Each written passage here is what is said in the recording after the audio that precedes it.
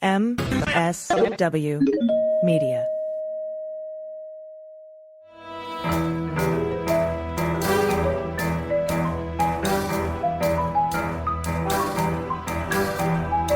The rule of law is not just some lawyer's turn of phrase. It is the very foundation of our democracy. The essence of the rule of law is that like cases are treated alike. That there not be one rule for Democrats and another for Republicans, one rule for the powerful, another for the powerless, one rule for the rich and another for the poor, or different rules depending upon one's race or ethnicity. To serve as Attorney General at this critical time is a calling I am honored and eager to answer. So yeah, now it's clean up on aisle 45 time. And for a long while yet, it is going to be clean up on aisle 45. Hello, everyone. Welcome to episode 147 of Clean Up on Aisle 45. It's Wednesday, November 15th, 2023. I'm Allison Gill. And I'm Pete Strzok. The prosecution is rested in the New York Attorney General's $250 million civil fraud trial, and now the defense is calling their witnesses. First up, Donald Trump Jr. We'll go over the latest in that trial. Plus, Jeffrey Clark's disbarment trial has been scheduled as a federal judge denies his motion to stay the ruling that sent his case back to state court. Ah, yes, I forgot. He was trying to get his Georgia case moved to federal court. So much trying, so much failing. So many fails. More shenanigans in the House with Republicans, including Jim Comer subpoenaing Jim and Hunter Biden, as we learned that Comer, too, lent $200,000 to his brother. And the impeachment inquiry into President Biden seems dead on the vine. Plus, big legal trouble for Mayor Eric Adams, New York mayor, as the FBI seizes his devices, and we learn a little bit more about the federal investigation there. And Hunter Biden. Unlike Jeff Clark, he did have his pants on, though, when the FBI seized those devices. Thank goodness for small miracles. No pun intended. Yeah, Republicans, keep your pants on at night, okay? We don't want to see you in your driveway in your underwear. Also, Hunter Biden has sued former Overstock CEO Patrick Byrne for defamation. But before we get to all that, we need to thank our new patrons this week. You make this show possible. Thank you, thank you, thank you from the bottom of our hearts. We could not do this without you. So thanks to Denise Jacobs, Susan Suzuki, Summer, Kieran Martin, Diet Evil, Tiger Reel, Chips Currency, Brent E. Kriebel, Joan Cotta, Gail Kirk, Carolyn Choi, Mel Grant. AG's Gen X references and Pete's passionate sweary rants are my Prozac. Give to modestneeds.org, then visit deepfakestop.com. Gina Nadazio Laws, Sugary, Nigel Babu, Linda Krylov, Waiting for Justice 94920, and Mary Barrio.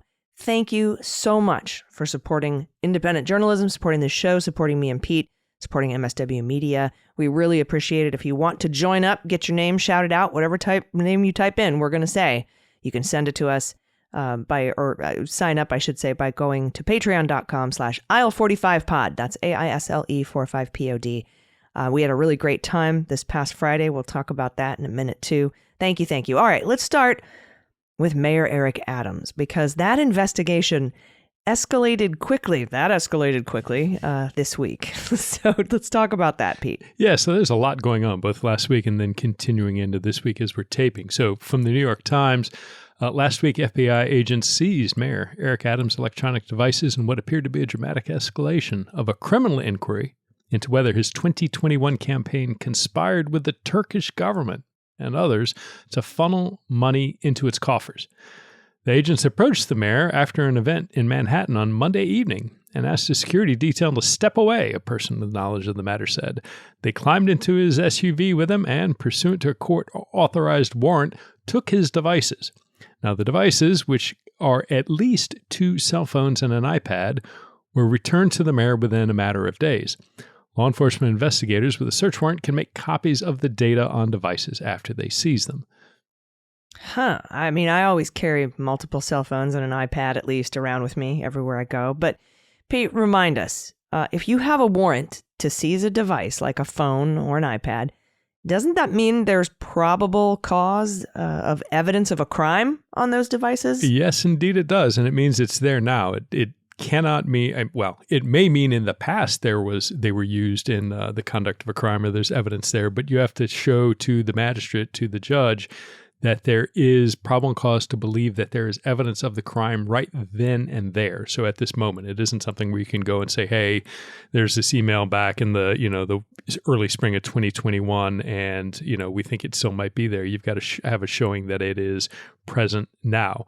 Now, given the fact of the publicity about a search of one of his campaign fundraisers, which I'll talk about here in a little bit, it seems to me that became very public and he was aware of it. So if you have probable cause to seize something, you tend to want to do it all at once, because otherwise you're going to tip off somebody and they have the chance to potentially go in and delete things. So a couple of things are happening potentially. One, I think, is that in the context of this earlier search, which again I'll talk about here in a second, going through that information, the FBI found communications or other detail, other facts that allowed them to say, hey, look, after reviewing this stuff we seized earlier, we think that Eric Adams and his devices, that they may contain evidence of a crime. It may also be that, you're shoring up that evidence, but you're also waiting to see that Mayor Adams becomes aware of the search warrant and the investigative activity, and then he makes calls, he sends emails, he sends texts, he sends signal messages after he becomes aware of it. And so if you go in after that happens and seize those devices, sometimes you can see how a person responded. Do they call somebody and, try to coordinate a story, or do they drain a bank account, or do they tell somebody to get rid of something? So a lot of things can be present on a device after a subject becomes aware that there's an investigation going on. But talking about that... So let me ask you another question. Yeah. Because, we had talked about on this bonus episode for patrons over the weekend that after they raided Ms. Suggs, who's a fundraiser, immediately Eric Adams stopped what he was doing, came back down to D.C., and you're going to talk about that in a second. But there was also a wellness check done by the NYPD sent out by the IAB. Could this also be perhaps seizing his devices on new evidence of potential obstruction of justice, like trying to get people out to her house to warn her? I mean, that's all speculative, but it doesn't have to be the Turkey stuff or what you're soon going to discuss, which is the firehouse stuff or some other things that favors he may have done for Turkey. But it could also be new evidence of obstruction, yeah? Yeah, that's absolutely right. We don't know what it is. And what is interesting is, unlike his fundraiser, who had both devices seized but also a house searched, there's no indication that Eric Adams had any of his physical property other than, the seizure of his phones and iPad. There was not a search warrant executed at his, the mayor's office or, Gracie Mansion or any place, a physical residence. So, and then a final point is the only reason we know about this presumably is either Eric Adams and or his attorneys or somebody around him provided that information and discussed it. So it is possible there are other things that have gone on that either Adams and his team have chosen not to talk about with the press, or indeed other things that may have gone on that are sealed that even Eric Adams doesn't know that they've occurred. So I'd be very surprised if prior to the search warrant, there weren't a number of subpoenas that have been issued for, any number of things that you can obtain information-wise. But that whole, there is so much there. You're absolutely right. This wellness check that went on the literally late at night, immediately before the early morning search warrant against Suggs is just, I have never heard of that happening. I've never seen in my experience something like that happening. No, Pete, it happens all the time. We do it all the time whenever FBI works with local law enforcement that they're going to do a surprise search at somebody's house. Just go check, they just check let in the night before. 11 o'clock. Hey, everything okay? Y'all all right? Okay, good. Y'all all right? Good, hey, good, thanks. Might want to put that device away and maybe your bong, I don't understand. I don't understand. No. And right, particularly for somebody who probably maybe has never had any visit by the police at the residence. I mean, how many among us, have the police roll up as a matter of sort of routine at, 11:30 at night? Hey, Allison, how you doing? Good. They like to come check on me, sure. Make sure I'm doing okay. Yeah, absolutely. Especially after I delete evidence. So you're right. I think there's whatever this relates to, there's so much, and what's interesting, so let's back up a little bit. So back on November 2nd, FBI agents searched the home of the mayor's chief fundraiser. And at that search, back on November 2nd, seized 2 laptop computers, 3 iPhones, and a manila folder labeled Eric Adams. Now, Adams responded to I have one of those. Don't we all have one of those? My Eric Adams manila folder. And so Adams, of course, responded, he was in D.C. He was due to go to the White House for a meeting. And nevertheless, he's like, you know what? I'm going to blow off this meeting at the White House. I need to return right away up to New York. And he notionally said, well, I'm concerned about Ms. Suggs. And he said she'd gone through what he termed a traumatic experience.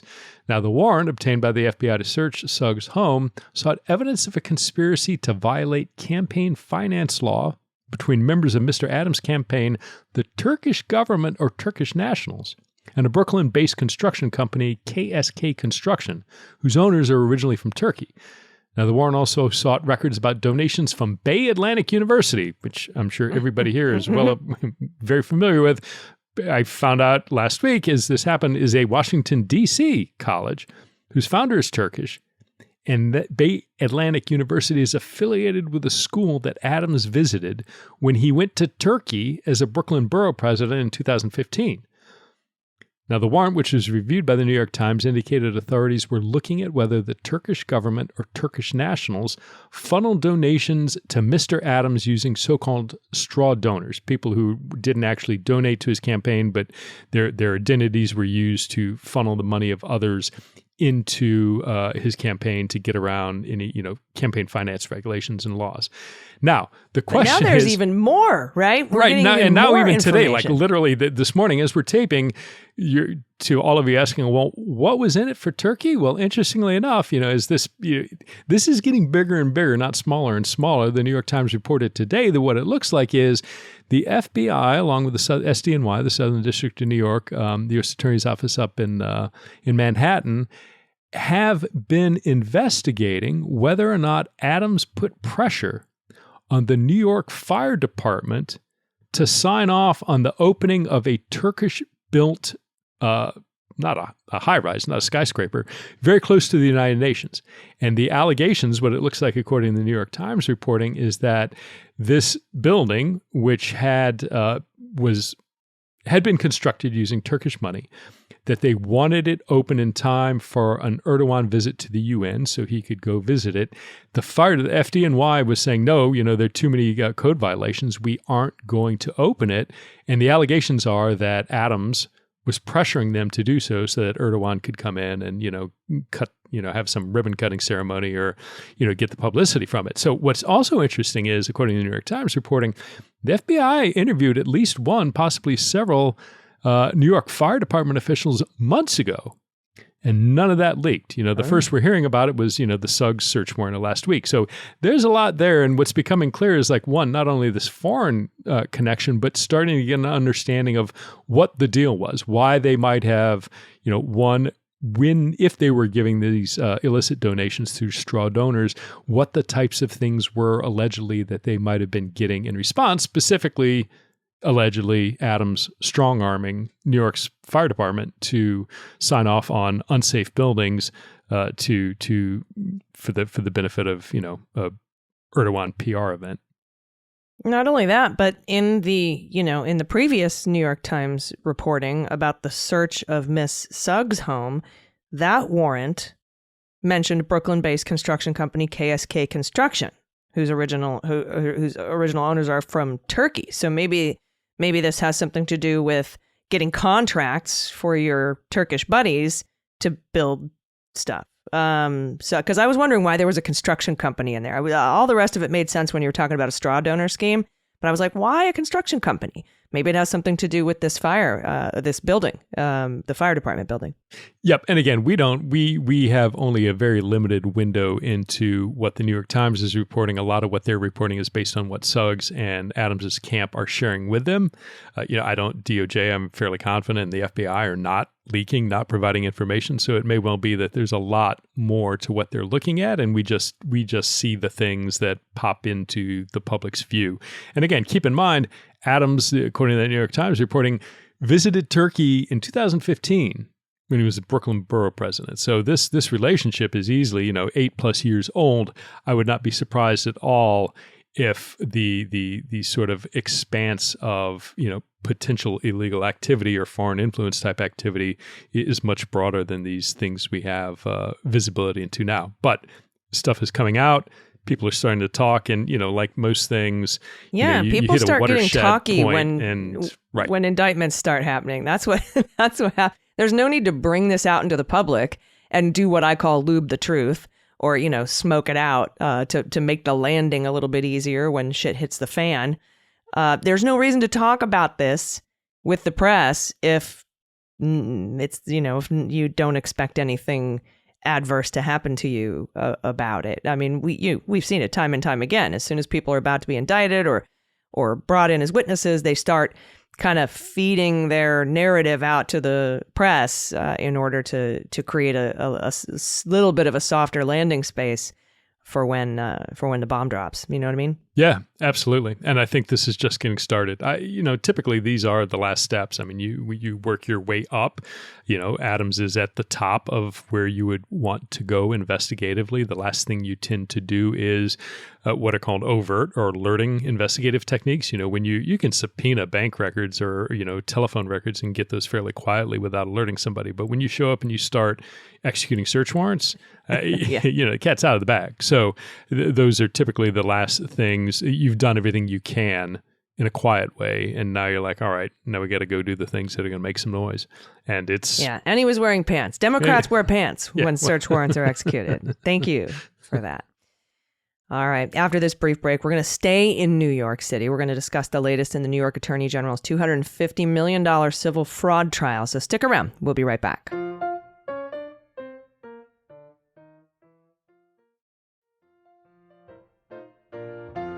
All right, welcome back. We have more new patrons to thank. A Man in a Batsuit, Kai Mahler, Lowell Gilbertson, Samantha Lincoln, Kimberly Haskins, Mare Dell, Elizabeth Bluestein, Cassandra Princess of Doom, Minnow and Blossom. When the fuck will this shit be over? Never. I wish I knew. I wish I could answer that over. question.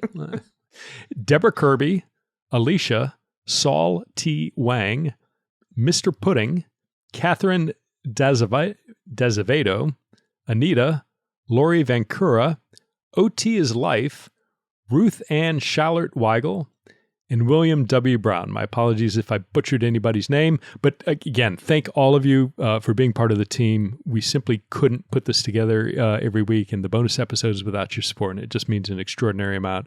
And just thank you from the bottom of our hearts. You truly make this all possible. Yeah, and Saul T. Wang, I see you. Thank you. I've been waiting for a Bart Simpson style call out, so I appreciate that.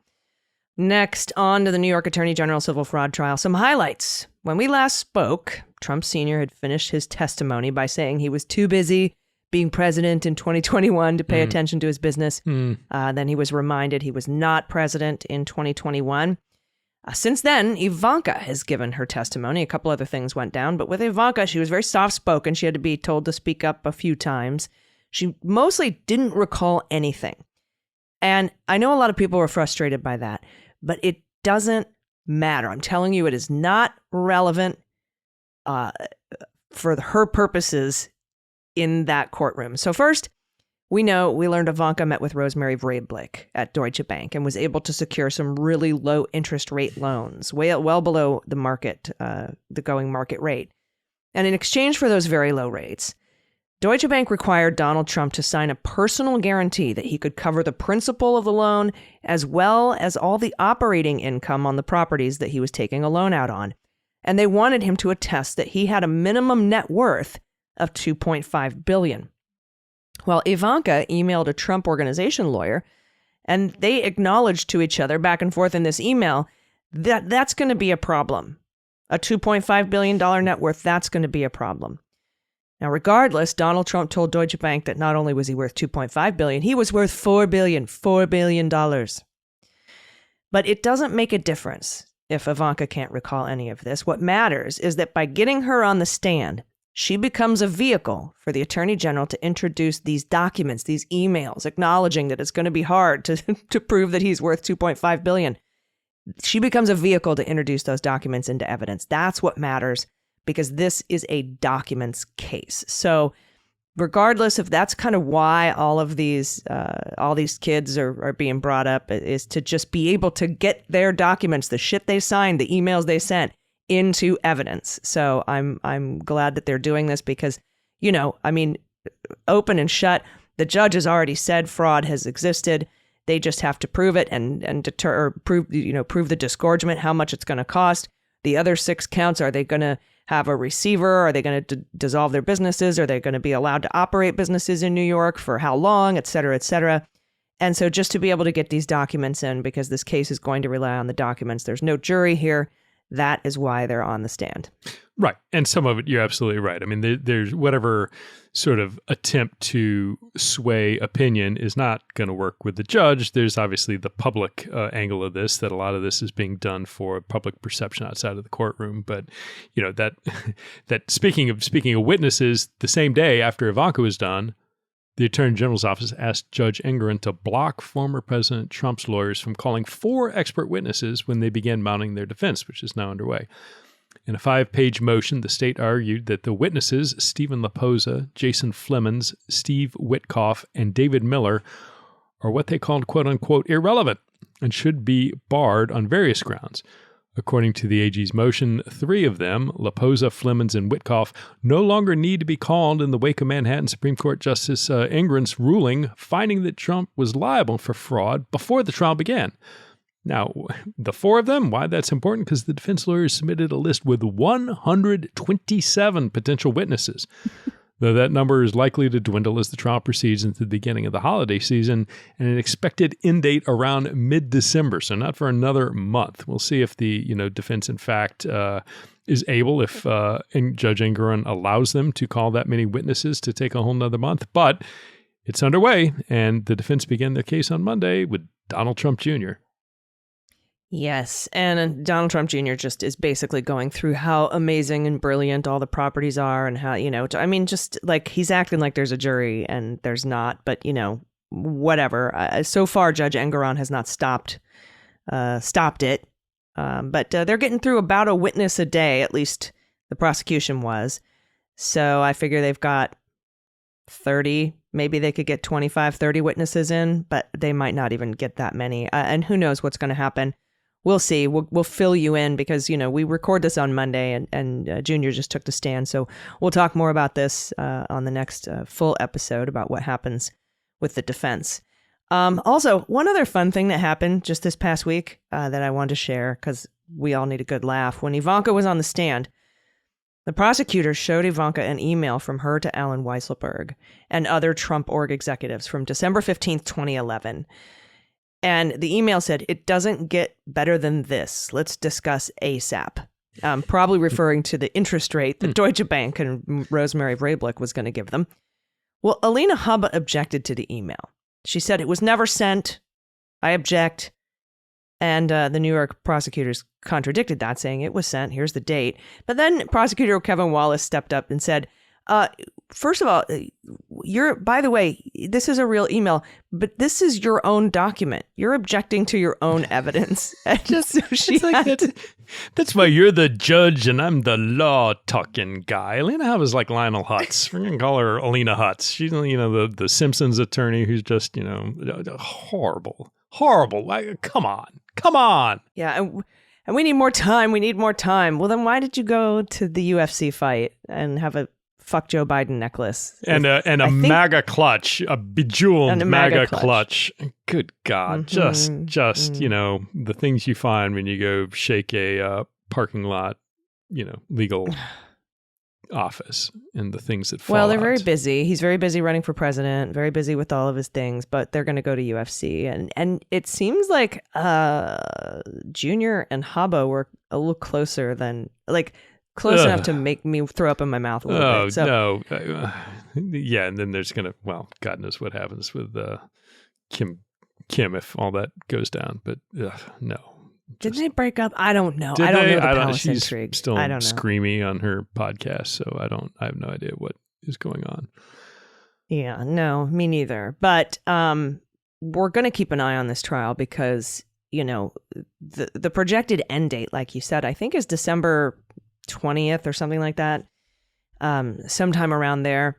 And in other filings, like in D.C., in the federal criminal investigations against him, this is a civil trial, but in his criminal investigations, he keeps arguing that he needs more time because his lawyers are overwhelmed with all of my other crimes and fraud.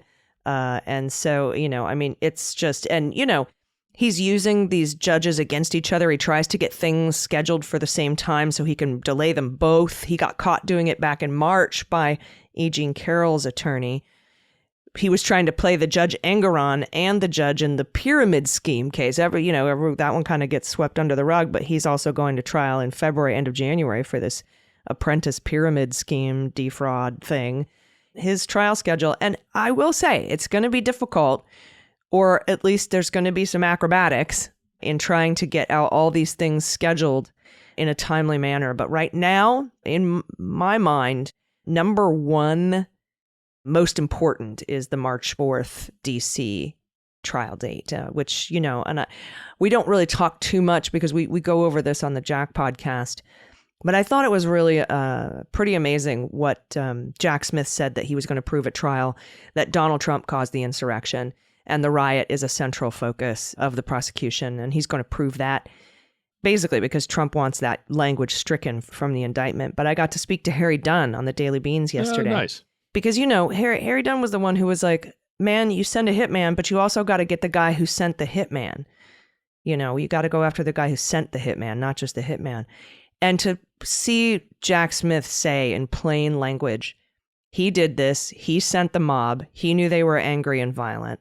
We're going to prove that at trial, and it's central to our case. I thought was kind of, that's who I was thinking of. I was thinking of the officers and the congressional representatives and the senators who were in danger that day, and some who lost their lives. So Trump's going to continue this delay thing. He's going to keep trying to say that all of these trials, civil and criminal, need to be used against each other to push back trial dates. So we'll see where we end up, but it's going to be a packed schedule in 2024.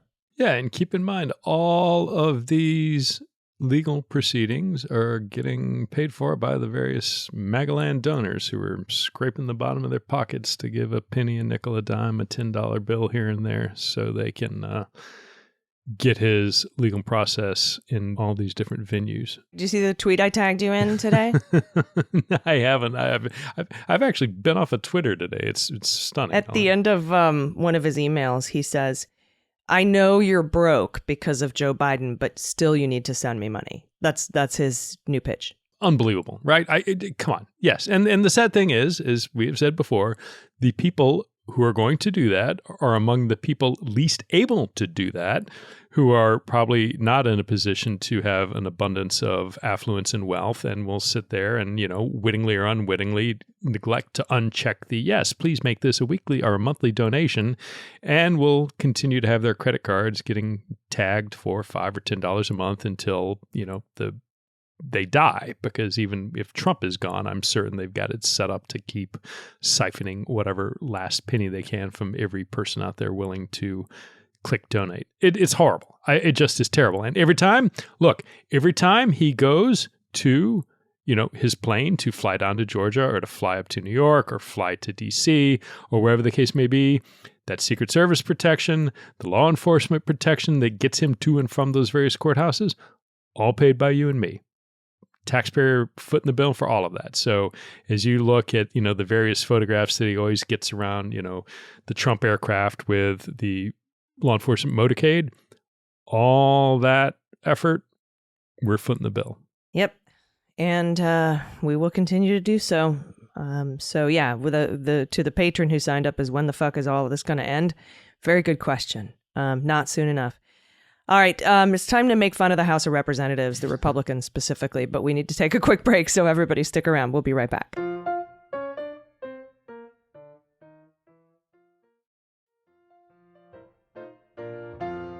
Hey, everybody, welcome back. All right, a few more amazing patrons to thank. And again, thanks to all the patrons who came to our Zoom happy hour this Friday. Me and Pete answered so many great, outstanding, thoughtful questions. We really appreciate you. We enjoyed cocktails and mocktails, and you got to see Pete's swearing jacket. It was quite fun. So thank you for that. And thanks to these new patrons, Leslie Stevens. I agree with that 100%. Fingers, Nancy Belanger or Ballinger. Suzanne, Allison, Pete, and Andy are my fantasy justice team.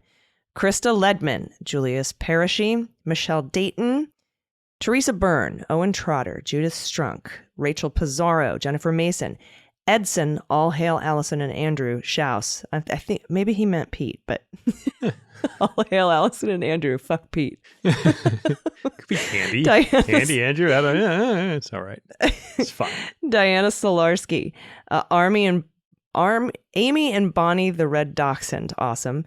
Heather Shireshire Ball, Andy Hawkins, and Christine Solberg. And I'm sorry if I mispronounce any of your names. Again, thank you so much. If you want to join us, if you want to join Team Justice, you do that at patreon.com/aisle45pod. We appreciate you. Yeah, thanks to all of you. So with that, let's head to the House here in Washington, D.C., where Mike Johnson, Speaker of the House, Mike Johnson, is preparing the same continuing resolution that got McCarthy ousted as Speaker, as a shutdown will be just 3 days away by the time this episode airs. What is good old James Comer up to while this is going on? He subpoenaed Jim, the president's brother, Jim Biden, and Hunter Biden as well. He wants answers about the $200,000 loan between the president and his brother. Meanwhile, as it turns out, that magic number of 200,000, we got a story from Roger Sollenberger at the Daily Beast, which says, turns out, while Comer's been trying to make hay out of 2 personal loan repayments from James Biden to his brother for $40,000 and $200,000, keep in mind, all transactions occurring in 2017 and 2018 when Joe Biden was not in office, nor was he a candidate. While all this is going on, if Comer genuinely believes that these transactions clear the, quote, shady business practices, unquote, bar, well, he might want to consider a parallel inquiry into his own family. As it turns out, according to Kentucky property records, Comer and his own brother have engaged in land swaps related to their family farming business. And now in one deal, shockingly enough, also involving $200,000 as well as the shell company, the more powerful and influential Comer channeled extra money to his brother, seemingly from nothing. Other recent land swaps were quickly followed with new applications for special tax breaks, according to state records. All of this perplexingly related to the dealings of a family company that appears, guess what? Never to have existed on paper. No incorporation records for it at all anywhere. Now, unlike with the Bidens, Comer's own history actually borders a conflict of interest between his official government role and his private family business, and it's been going on for decades. Keep in mind, Comer's held important positions on the Agricultural Oversight Committee going back to 2003. While he was running a family farming business, and those roles overlapped in 2019, the year of the land swaps. On July 8th, Chad Comer bought out his brother's... Of course his name's Chad. Of course it is. Yeah. Bought out his brother's half of a piece of inherited Kentucky property, paying $100,000, according to deed records in Monroe County. Now, 5 months later, James and his wife, Tamara T.J. Comer, bought the property out in full, this time paying Chad Comer $218,000. The buyout netted Chad Comer an unexplained $18,000 above the total value in July. It gets complicated, so bear with me. That purchase, though, had a third party in addition to James and his wife TJ, their own shell company called Farm Team Properties, LLC. Comer's financial disclosure that year describes Farm Team Properties, LLC as, quote, a land management and real estate speculation company with a range of value between $200,000 and $500,000. In 2 years, its value increased up to the $500,000 to $1 million range. On another swap, this one in April 2019, James Comer gifted his brother, via a $1 transaction, his share of 2 inherited tracts in Clay County, Tennessee, with the share value being $175,000, according to the deed of sale. The same day that James Comer gave his brother that land, Chad, the brother, reciprocated with an apparently more valuable piece of property in Macon County, Tennessee, except James Comer didn't disclose that value in the sale at all. So instead, this is old school right here for those of you who will see who remembers this, Comer appears to have whited that number out, a little whiteout, the little, bottle with a little brush, and you can put the little white cover up, I didn't know that existed anymore because everything's digital. Anyway, but not James Comer whited that number out, writing exempt in its place on the deed and then signing below. However, the land's value can still be ascertained from the deed history in Macon County, where records show that their father had originally purchased the tract for $203,000 in 2015. And what that means is, while Comer appears to have netted a value of roughly $30,000 in the swap, he did not put that in the public record. Allison, it's always projection. It's always projection. Every single goddamn thing that they accuse somebody of doing, they are doing themselves. It is stunning, and like without exception, every single time, and like the same amount, same $200,000. Are you kidding me? And then if you add the 30,000 and the 18,000, that's like 240,000, which is exactly what the Bidens lent each other. And the other thing is, like, when you sit and you try and follow like whatever comes out of James Comer, Jim Jordan's mouth, and they've got this convoluted like Rube Goldberg device of like the mousetrap that has the ball that goes down the ramp that hits the domino that strikes the match and you can't follow it. It's because they do that crap in their own lives, trying to follow like, what Chad and James did with the father's land and whiting out. I mean, it's the most convoluted process for some sort of shady nickel dime, transaction going on here. Again, the biggest point being a lot of this occurring at the time Comer was engaged in ag oversight while he's on the House. So to the extent that there are laws being written, laws not being written, talking about everything from taxation on agricultural properties to subsidies to anything else, it's clear that this, heavy involvement, potentially creates the appearance of a conflict. Yeah, absolutely. Every accusation is a confession with these folks. All right, so something I've been dying to talk to you about, Pete, because this is so funny. You mentioned Comer has subpoenaed Jim Biden and Hunter Biden, right? Well, he sent Rep. Greg Murphy, a Republican from the House, onto CNN to talk about it, to throw out his talking points, right? So the anchor asked him, if Jim Biden and Hunter Biden fail to appear pursuant to your subpoenas, would you vote to hold them in contempt? And Greg Murphy said, absolutely. I mean, why would the Bidens create 20 shell companies unless there was something illegal going on? Which is extra funny after we found out that Comer has a shell company. And CNN didn't bring up Trump's 500 or so shell companies in this question. But the anchor did ask Representative Murphy, why have you changed your position on contempt of Congress? Why would you vote to hold them in contempt of Congress? Because you voted against holding Steve Bannon in contempt of Congress when he failed to appear before the January 6th committee. And Rep. Murphy said, well, it's different with Bannon because you have someone there that's not an elected official. And we all know the president, Joe Biden, was peddling influence. He was selling influence. And CNN says, well, we're talking about the subpoenas here, not the influence peddling, right? So why did you change your position? Why did you vote no on Bannon, but you would vote yes here? And Murphy says, well, tell me what public office Bannon was in. And CNN says, tell us what public office Jim Biden and Hunter Biden are in, because that's who you're subpoenaing. And he just kind of, but he kind of keeps going. And he said, I'm not talking about Hunter Biden. I'm talking about the president of the United States. CNN tries to explain again that they didn't subpoena the president of the United States. They subpoenaed Hunter and Jim. And I asked if you were going to hold them in contempt. And Murphy just pivots. Well, think about this. We have facts that have occurred that there's been influence peddling. And then he pivots again to the old Shokin conspiracy theory. When he was vice president, he tried to get Shokin fired. It's just a fucking train wreck. And I'm wondering, I mean, maybe we could put Shokin in charge of investigating Comer's farmland swaps. I mean, like, it's just the most ridiculous. And he was just not ready. It was so sad.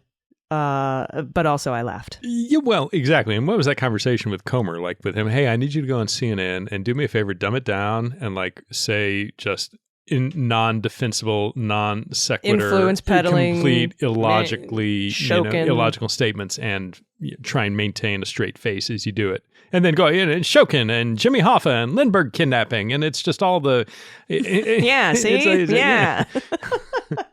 Just pathetic. And again, this is the result of when people escape. But the best was when he was just so confidently and cockily, tell me what public office Bannon held. And CNN's like, well, tell us what public office Jim Biden held. Right? It's just like, fuck. Every single time people escape the Breitbart, Tucker Carlson, right-wing echo chamber and actually talk to people who are the slightest bit informed, they just implode because they are so unused to dealing with logic and facts. And I swear that is part of what it is, that time and time again, you get all these different people who show up and make complete fools of themselves facing questioning because they just aren't in the habit of going out and having, discussions with people who are informed and have the ability to apply logic to a fact pattern, which is what happened here. Implode is the secret word. Say the secret word, win $100.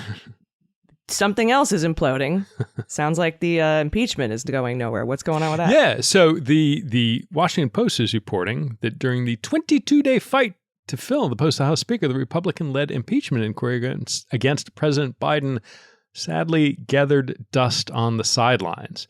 In a closed-door meeting with House GOP moderates this week, Speaker Mike Johnson indicated that there is insufficient evidence at the moment to initiate formal impeachment proceedings, according to people who attended the meeting. So, hey, maybe Marjorie Taylor Greene, she was complaining about it. Maybe she can seize the moment and start the process to remove Speaker Johnson, because he doesn't sound like he is in the mood or at the point where he's willing to start impeachment proceedings. Just so horribly embarrassing. What are you going to do now?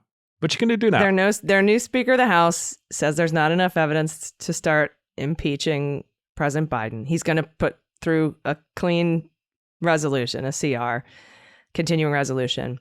He might ladder it in 2 steps, but I mean, so this is all exactly the same shit McCarthy did. So all of the people who were like, don't you feel stupid now, Democrats, for getting rid of McCarthy? No, we don't. Thank you, though. Thank you for playing. It's just a clown show, and it's embarrassing. And, again, I've said this so many times. We sit here and we laugh about this because it's laughable. But it is also just so embarrassing globally to other leaders. Nationally, I think Moody's downgraded us because of this BS that's going on in the House. It negatively impacts us, our image, our credit rating around the world. It's embarrassing to the chamber itself, the seat of democracy, to the Capitol. I mean, it's just so embarrassing. And I can't wait until we get the House back. Is all I'm saying. Yeah, well, we'll see. It may be a long, what do we got now? 13 months, right? We'll see. Yeah, about that. All right, we have some breaking news just came across my desk, and we're going to get to that and a couple other stories right after this break. Stick around. We'll be right back.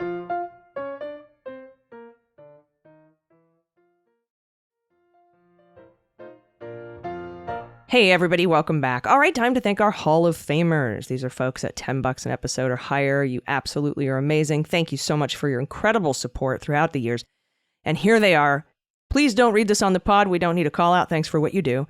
I can't tell if I'm supposed to read that or not. Insert witty name here. A dinosaur in dental school.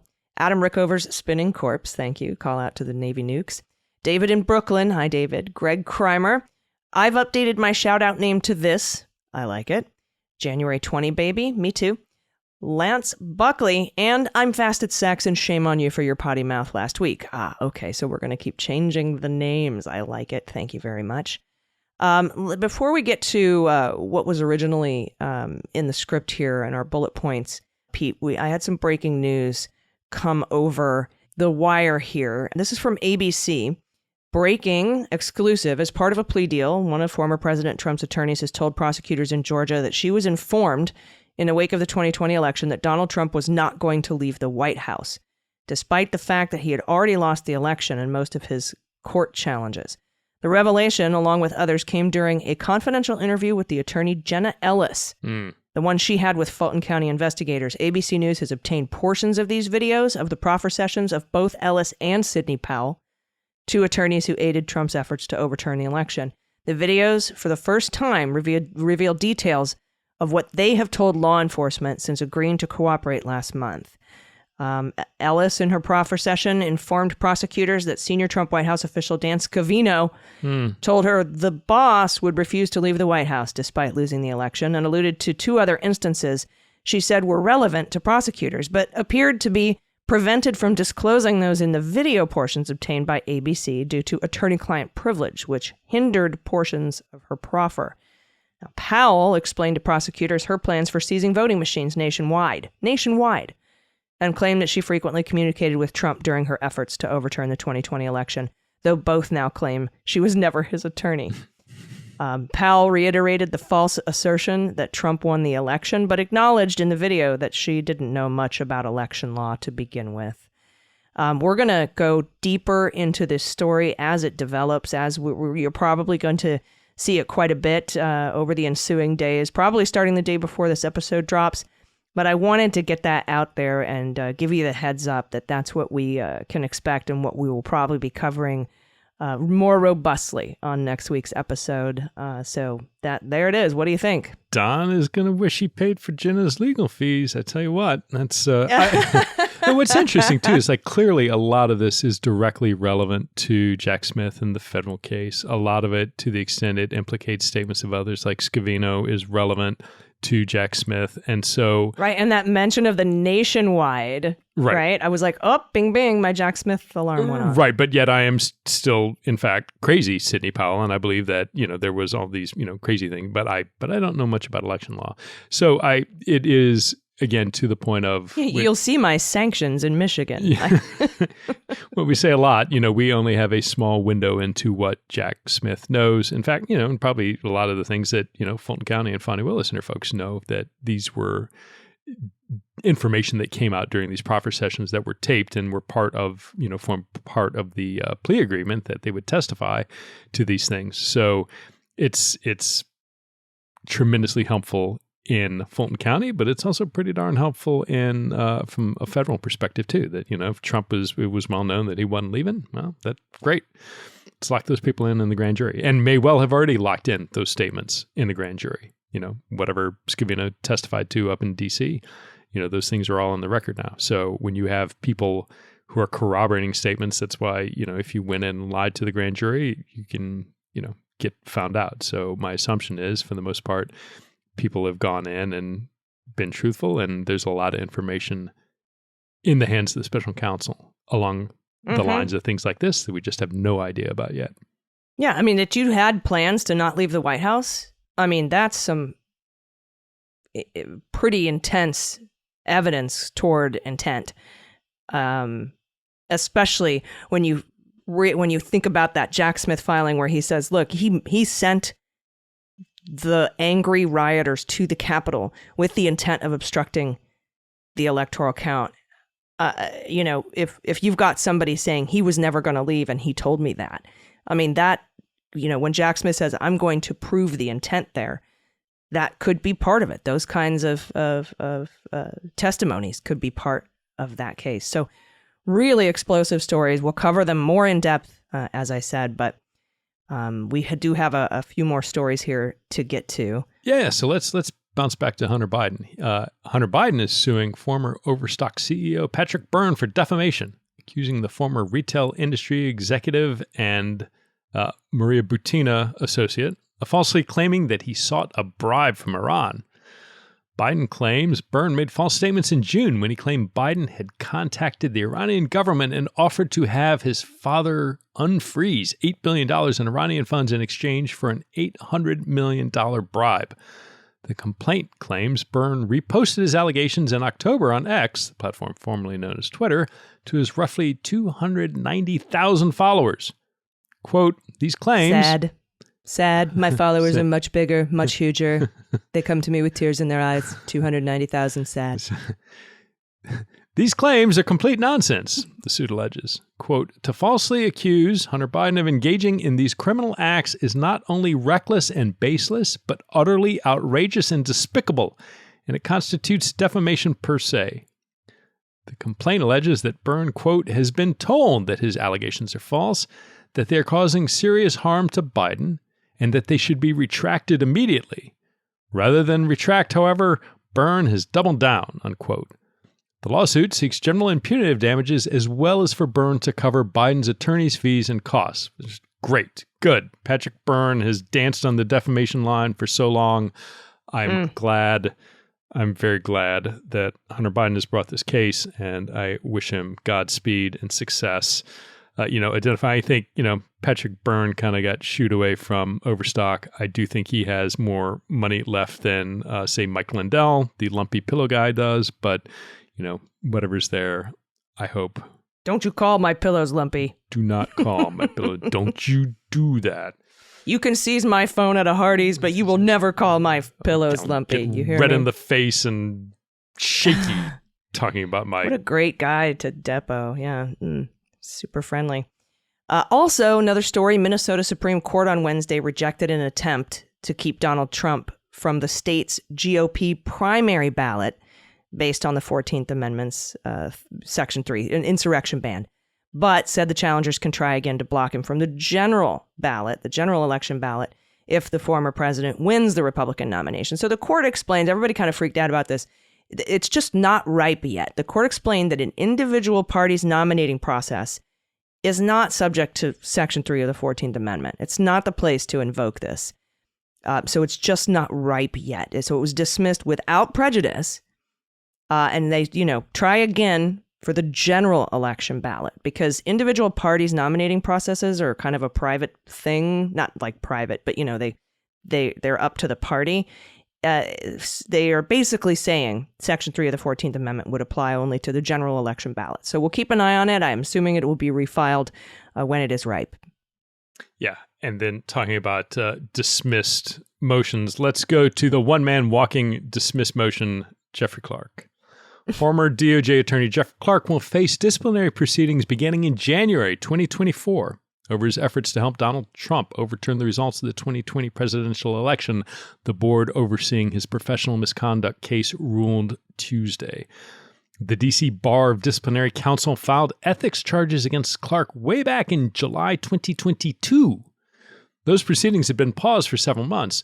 Clark motioned to have the case against him removed to a federal court in October of 2022, and then a federal judge denied that request this June in a lengthy opinion that found federal courts have no jurisdiction over attorney licensing disputes.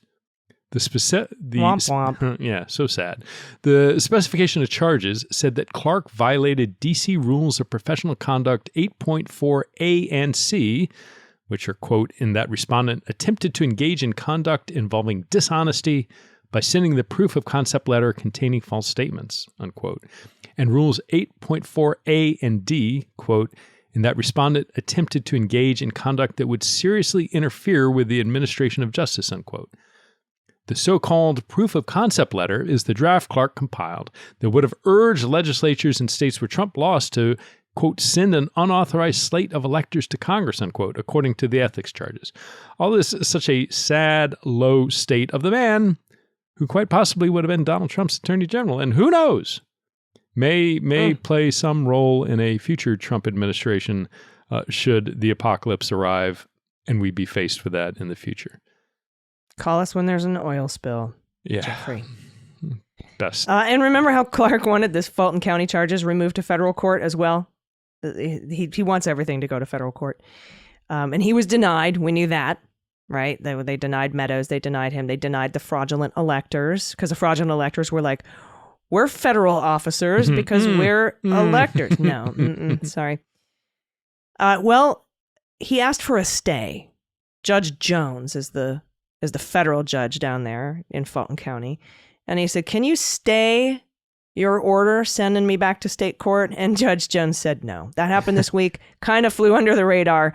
But it's part of the Fulton County story, and we didn't have a lot of Fulton County news, but that was a little piece there to round out the show. If we ever took the podcast to video, we could have little pictures of Clark in his underwear in his driveway with his hands behind his back, and every time these things like a big red denied stamp with a sound that we could just keep doing, it would be like a recurring. It feels like a twice or thrice a week event where poor Jeffrey Clark's legal motions collapse and get dismissed across the land. Yeah. But heading to bar all discipline. of them. Navarro. Yes. I mean, yes. They all. It's just like, stop trying to make fetch happen, you guys. It's not going to happen. That's right. But all coming. Rudy trial with Shay Moss and Ruby Freeman coming up in early December. Clark's disbarment in D.C. coming up in early January. It's all coming. Navarro and Bannon decisions presumably coming soon. Yep, and we could have a Rudy Giuliani disbarment decision any minute now. We've been on the any minute now train for like a month and a half or at least. So it's not looking good for the Elite Strike Force. Elite Strike Force team. Jenna. Singing down in Fulton County. Yeah, I'm going to look forward to that. As soon as we get done with the show here, I'm going to go look at more of these notes. Basically the crux of it from these proffer videos to Fulton County is that we're just going to stay in power. And that's what Ellis was told. We're not leaving the White House. I'm going to read into this. This is going to be very interesting. And we can also expect, we talked to Anna Bauer, we're waiting to see, to have those documents unsealed that Judge McAfee had ruled that will be unsealed in the Chesbro Powell stuff. So we might be able to see their apology letters, but who knows, but we'll keep an eye out. We'll be reporting on it all for you here on Cleanup on Aisle 45. Thanks again to our patrons. Thanks to our Hall of Famers. Again, if you want to sign up, patreon.com/aisle45pod, AISLE45POD. I can't thank you enough. And so we will see you next week. And if you're a patron, we'll see you this weekend on the super sweary, unscripted, very blue patron bonus episode of Clean Up on Aisle 45. So thanks very much. I've been Allison Gill. And I'm Pete Strzok. Clean Up on Aisle 45 is written, researched, and produced by Allison Gill, with editing by Molly Hockey. Our art and logo design are by Joelle Reeder and Moxie Design Studios, and our music is composed and performed by Adam Orr. Clean Up on Aisle 45 is a proud member of the MSW Media Network, a collection of creator-owned podcasts dedicated to news, politics, and justice. For more information, visit mswmedia.com.